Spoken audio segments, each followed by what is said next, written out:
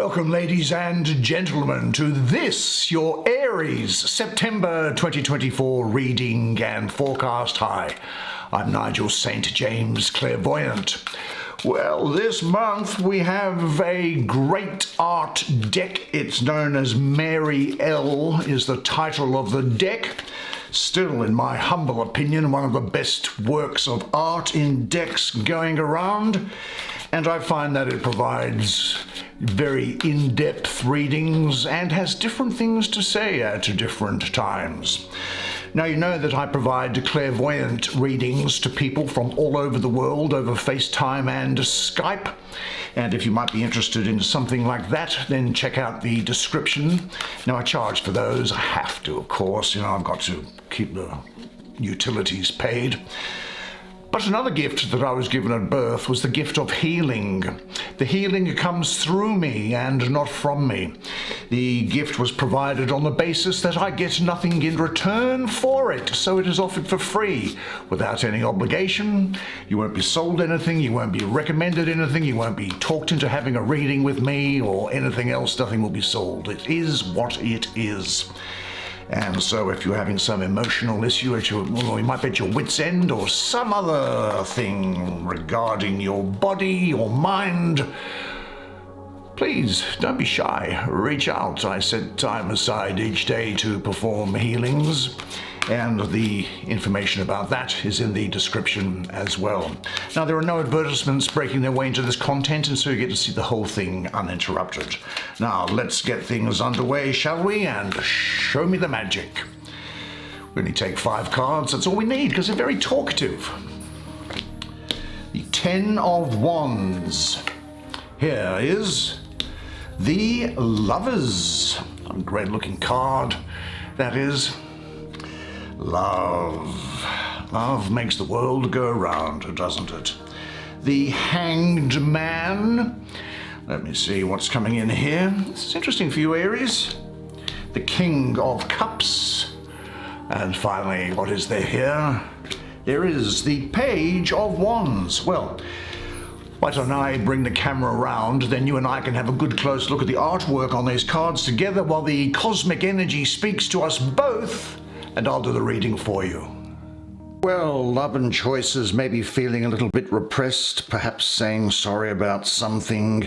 Someone interesting coming into your life who may cause something of an upset, but they're not around for long, I don't think, and a lot of beauty and energy coming up from you. Let's look first at the Lovers. What a wonderful, wonderful energy this is. This is, of course, Gemini energy, and the Gemini energy, the Gemini impulse in creation is that aspect of the divine source which splits apart out of unity so that you get polarity away from union. And, of course, you need to have polarity in order that you can have attraction. And the meaning here, I think, for you is centering around the reconciliation of opposites. Now, this might be within yourself, or it could be with somebody else.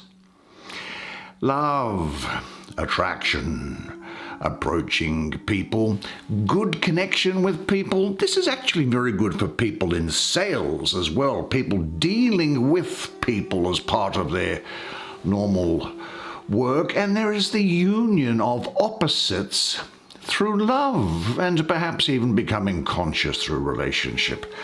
Now, what I also see here are choices. That's the inevitable result of this Gemini impulse which is coming in here. Perhaps being at the crossroads, or going into a business or social venture with somebody else.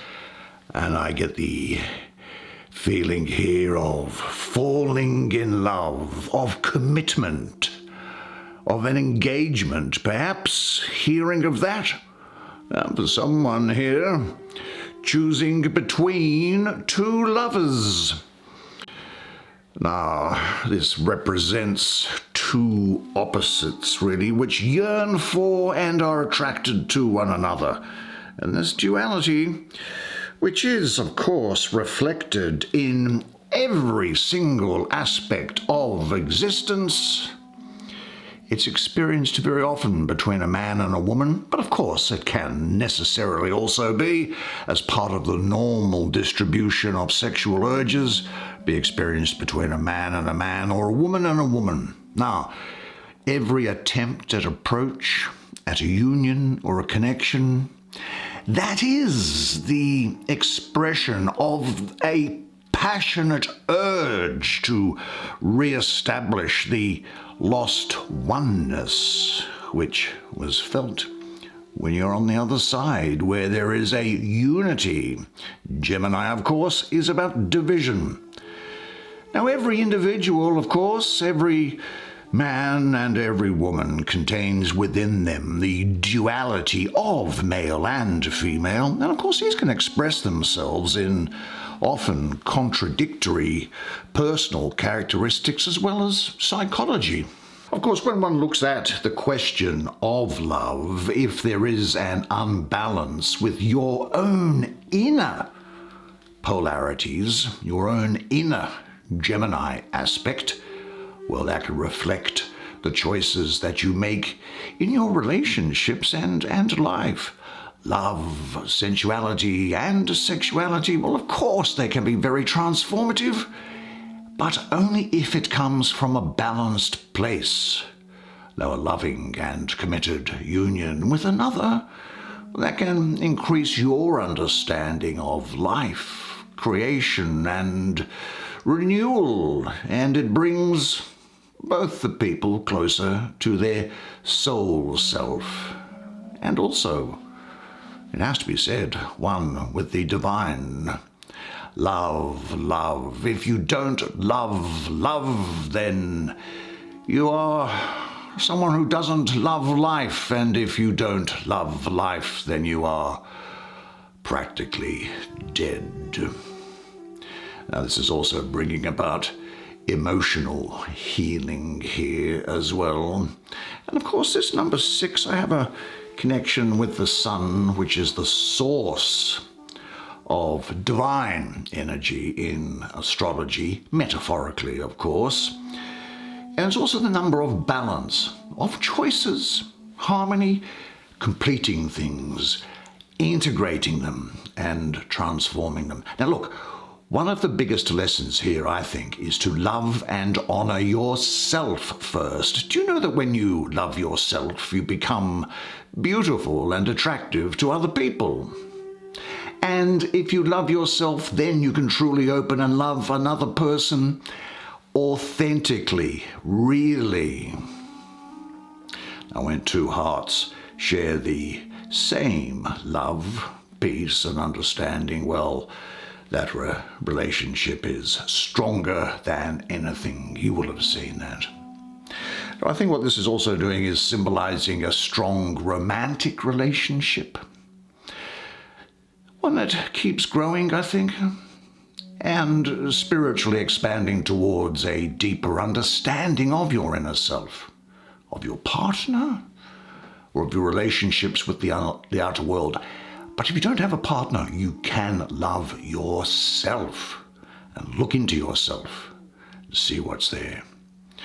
Because love, whether it's for yourself or for someone else, it awakens your free will to make choices in life that supports your heart's evolution on your spiritual path. Now, are there any choices you make in relationships coming from a balanced, integrated place? And if they're not, then identify the opposing aspects within yourself and how they affect your external life. Now, internal struggles between your Gemini dualities can create a negativity that is just seen by everybody else. But addressing inner conflict, balancing dualities, trusting and loving yourself, that really is setting you on the path to healing yourself from struggles of the past. But there's more to this. This is probably the most complicated energy that there is in your spread. There's the need for you, I think, to look at all angles before making a decision. You might actually be called upon to be a peacemaker for other people who are having some conflict in their own life, or to provide advice to people, I do think there may well be the need to make a major life choice on the direction ahead of you. But very much, I'm getting mutual attraction here, whether or not you act on it. But I also get sexual connection, but this isn't a short-term thing. I think that this is something that prevails. Now let's look to see the other card that's on that horizontal, and funnily enough I'm getting a similar sort of an energy, but this is to do with a repressed energy. It's a repression that you might be feeling within yourself. Is it an emotional repression that's here with you? What's happening in this painting? Is this anything of... Gee, you know what this does remind me of? And the evangelicals out there, the Christian fundamentalists, the fundies, they will know better than I do, but I'm pretty sure that this would remind me of that last book in the Christian New Testament, the book of Revelation, being chapter 6, verse 1, which says from memory, "Then I saw the Lamb break open the first of the 7 seals. And I heard one of the 4 living creatures say in a voice that sounded like thunder, 'Come!' I looked, and there was a white horse. Its rider held a bow, and he was given a crown, and he rode out as a conqueror to conquer." As you can tell, I'm a bit of a theology nut from all the different religions around the world. Look, what's interesting here is this is Saturn ruling the 3rd decan of Sagittarius, where this is placed. I don't like that. That's because Sagittarius wants to expand and express its optimism and its spiritual side, whereas Saturn, well, I do think it's really a good thing overall.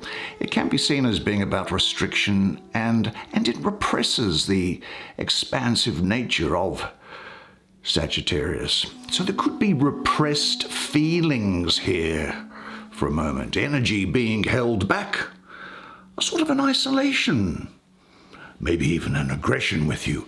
Are you overburdened? Have you taken on too much? Are you really feeling the pressure, or feeling that you don't have any control over circumstances? Now, the Sagittarian readiness to communicate is blocked by Saturn. And maybe there's a fear in you that arises. Maybe it's a fear of rejection or something. Now, if you fear rejection or disapproval or punishment, then you will begin to repress your own impulses. Your strength, your vitality, and your life energy won't be able to be expressed. Now, repressed, these energies turn into things that really aren't you, and turn into violence, rage, irritation.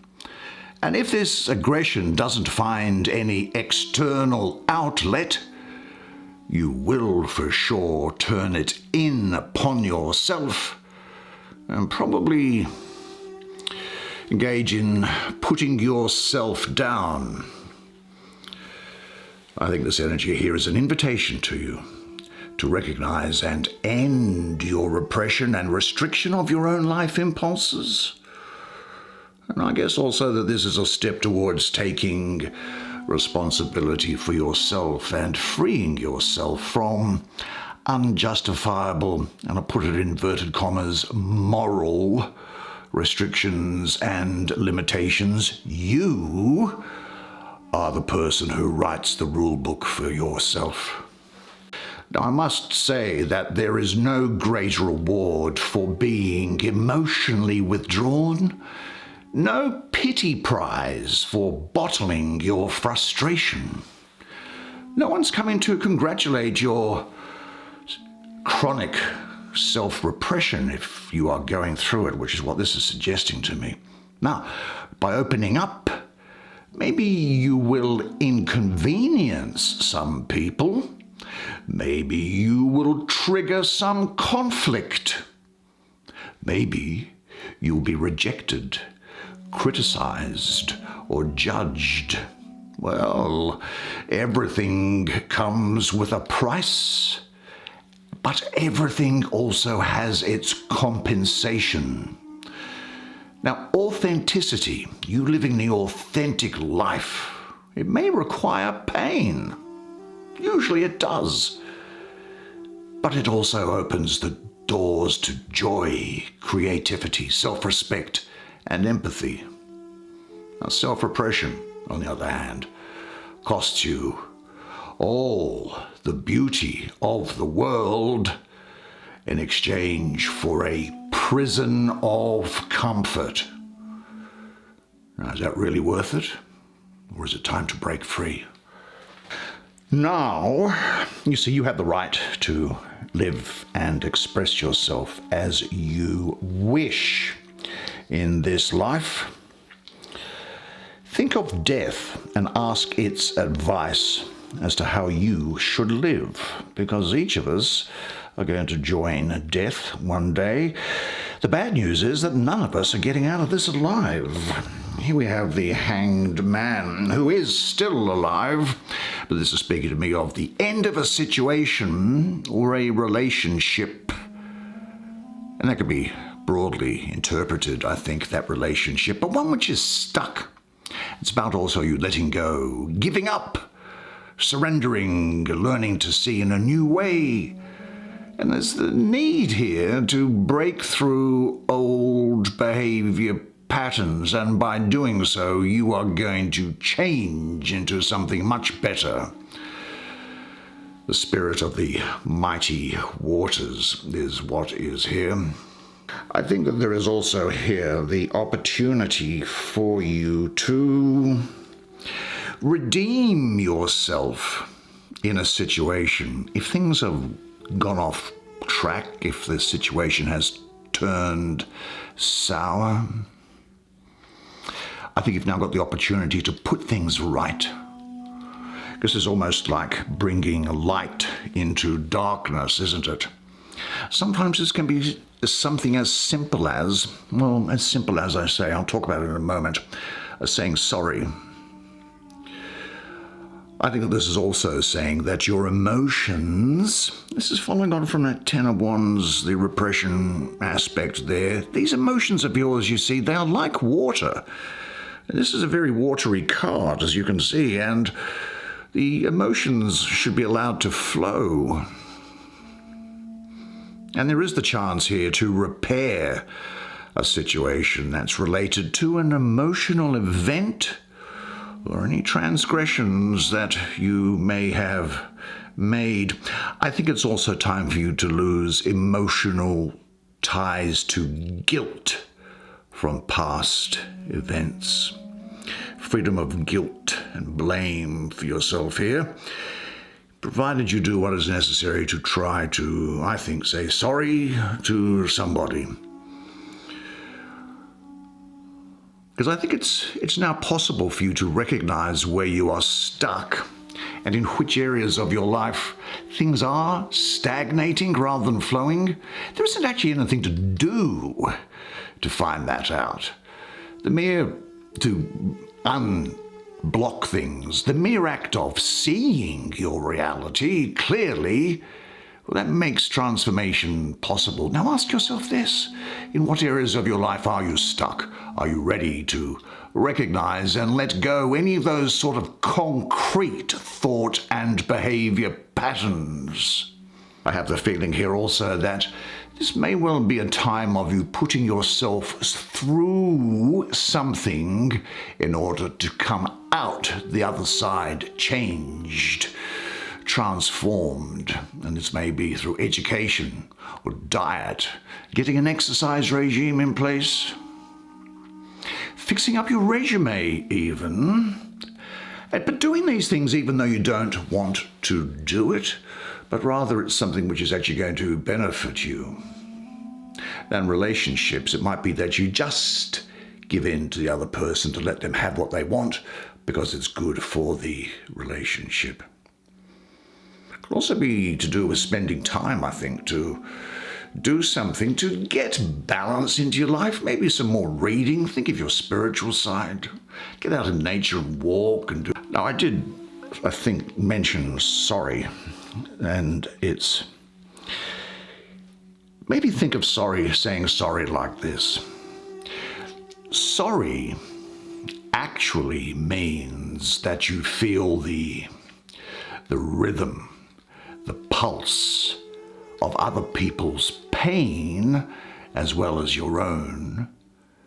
And it's saying that it means, by being sorry, that you take a share of it. And so it binds you together, binds the people together. Sorry is a lot of things. It's a hole which has been refilled. It's a debt that has been repaid. Sorry is the wash or the wake of the ship of misdeeds. It's the crippling ripple of consequence, I suppose.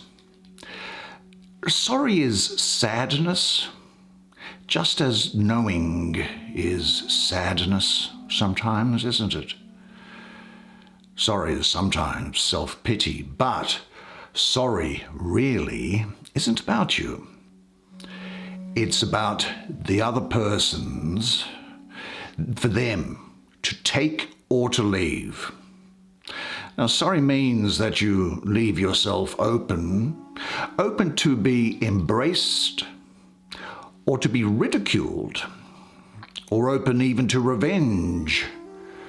Sorry is a question that begs forgiveness, because the beat of a good heart won't settle until things are set right and true. Now, sorry doesn't take things back, of course. Rather, it pushes things forward. It bridges the gap. Sorry is a sacrament. It's an offering, a gift. Now, excuse me, I just built my head against that. Let's have a look at this, shall we? King of Cups, sitting in plants. Anyway, you get the drift. I'm sure you're open to take any meaning you want from these paintings, of course. But I'll tell you what I get around here for you. I get a lot of Pisces and I get a lot of Aquarius around here.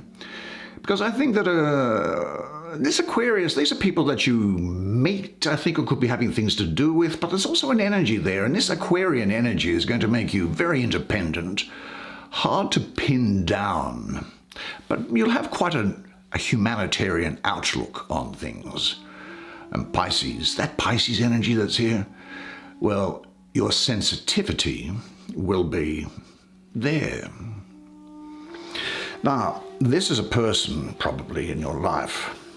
King is fire, cups is water. How do fire and water get on? Well, I've done it again. They conflict with one another. And, what can I say here? I'm sure there's lights on. Yes. I think that this is somebody, now they don't have to be, they can be either gender, these court cards, of course. This is someone that you might know that has commitment issues. Someone that's sort of good-natured, quite passive, really.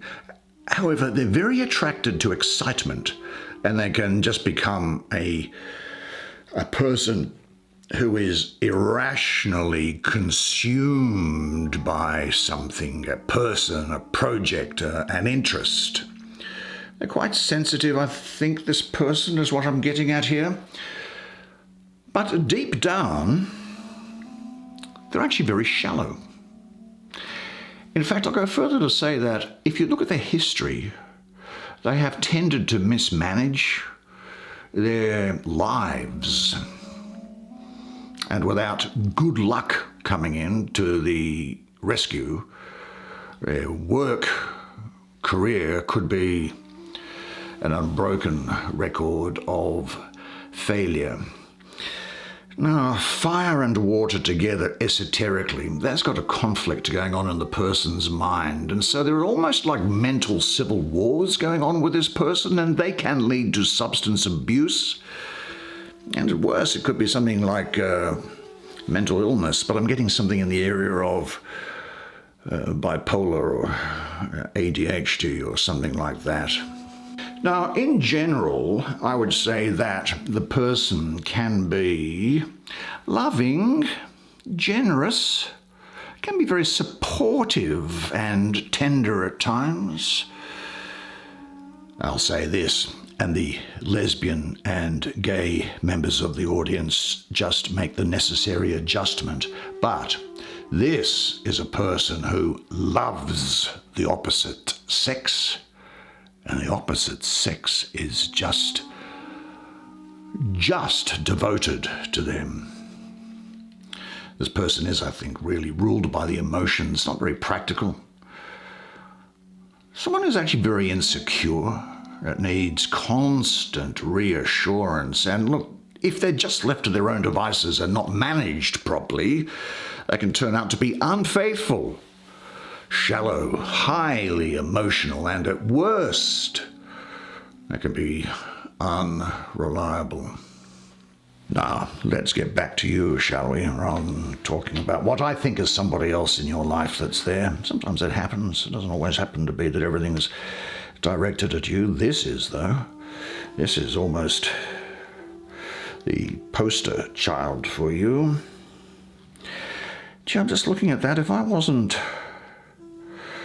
As a woman, I don't know if you can make that out, but on this banner here, there is a word Mary. There's a sign of the dove, which in Christian tradition is the Holy Spirit. There's a crucifix upside down. Mary, the Holy Spirit, Christ. You would think that that might be Joan of Arc, of course, who was murdered for her beliefs and her way of life, I guess. Now, I'm telling you, I think that the people being Leo, Virgo, and Cancer are going to be very important to you. And what's going to be happening with you during this period is that you are going to have an enormous appetite for life and everything that it has to offer, and you want to experience everything. You'll have a passion of any kind, and you may be entirely reckless in the way that you go about gratifying that passion. In fact, you could almost be said to be insatiable. Now, you will be energetic, very individualistic, brilliant and daring and expressive in love or in anger, but there's a lot of enthusiasm with you as well. Do you know what I like about this? Is that this is a time when you are being freed from fear. There's new beginnings here, an optimism around you. And you've got an increased understanding of what's going on. The thing is that fear is conquered here. I'm looking at her and her holding the sword as she does there and standing there open, unprotected almost. Well, she has conquered fear, and you'll find that your old fears have lost their power over you, and their dead remains cannot frighten you any longer. So maybe ask yourself, what are your greatest strengths? People really are going to love, and who who couldn't, but love your character and energy at this time, because you're going to be confident, daring like her, exciting, something of a nonconformist like her, freedom-loving and ambitious like her as well. There is here, I'm pleased to say, the conquering of fear and old patterns of thought which just don't really get you anywhere anymore, because I think that you are going to go through something of a process of bringing them to the surface and then putting them to the sword, conquering them. But along here as well, though, I think it has to be said that you've learnt some of your lessons the hard way, haven't you? So What is the next step in your life? You can now find it fearlessly and charge ahead, as is your great strength. What a great set of cards for you, and all the better for having you here. Well done, you. You did a great job. What a great reading for you. And I hope you enjoyed it as much as I did. I thought, and these cards are gorgeous, I think, in a way, but you know, I'm no artist, but they just appeal to me. Now, unless I see you privately for a clairvoyant reading or for a healing in the meantime, then I'll see you here again this time next month. And until then, though, remember one thing, and it is this, that you are a legend. And I look forward to seeing you again next month. And until then, it's bye for now.